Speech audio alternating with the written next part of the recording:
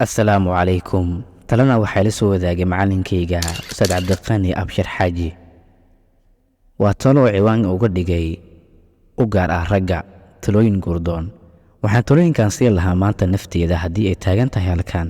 talooyinkan waxay gaar u yihiin gurdoonka oo kaliya kow ha ku dheeraan hasaawaha balow dhami halkaas ay ka jirtaa wax ula har noloshaada dambe labo kaliya meesha libaax kama tihid booskan dad badan ayaa kugula tartamaya ee hore u buuxi inta laga hor buuxin saddex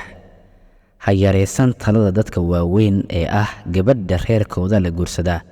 wanaag kasta oo inantu leedahay waxba ma aha inta uu reerkoodu xun yahay reer fiican guurso afar saaxiib intaadan guursan ogsoonow sadohdaa inay tahay Mareykanka oo kale haddii ay raali ka noqoto adduunka oo dhan ayaa kuu saqirmaya yacni kuu fududaan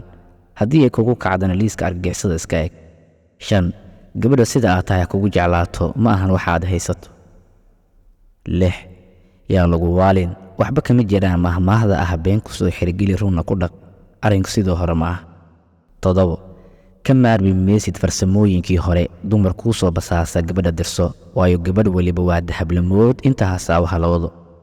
haddii inta aad wada sheekaysanaysaan dalabka kugu badiso iyo ii keenta hadhow taas toma jibaarkeeda diyaar u noqo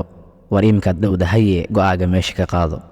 sagaal iska jir marwo kaa maqan inaad guursato weligee ma arag dad isqaba oo kala maqan oo xaaladoodu degan tahay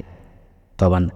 dooro gabadha xishoodka badan howlkar ah cibaado fiican reer wanaagsan ka soo jeeda intaa haddii aad isku hesho boqor baad noqon nolol wacan waad heli qodobkee ayaad igu raacsan tahay ama igu diidan tahay taladan adaa kula jeclaaday mas-uul haddii aad raacdo waxaan kuu rajeynayaa nolol guur lagu nagaado aad ayaad u mahadsan tahay ustaadii taladaa waa taladii ugu qiimaha badneyd ee aan guddoomiyey sanadkan 2024 waxaan rajeyn insha Allah inaan ku dhaqmi doono aan qaadan doono biidnillaahi albaari. Assalaamu calaykum.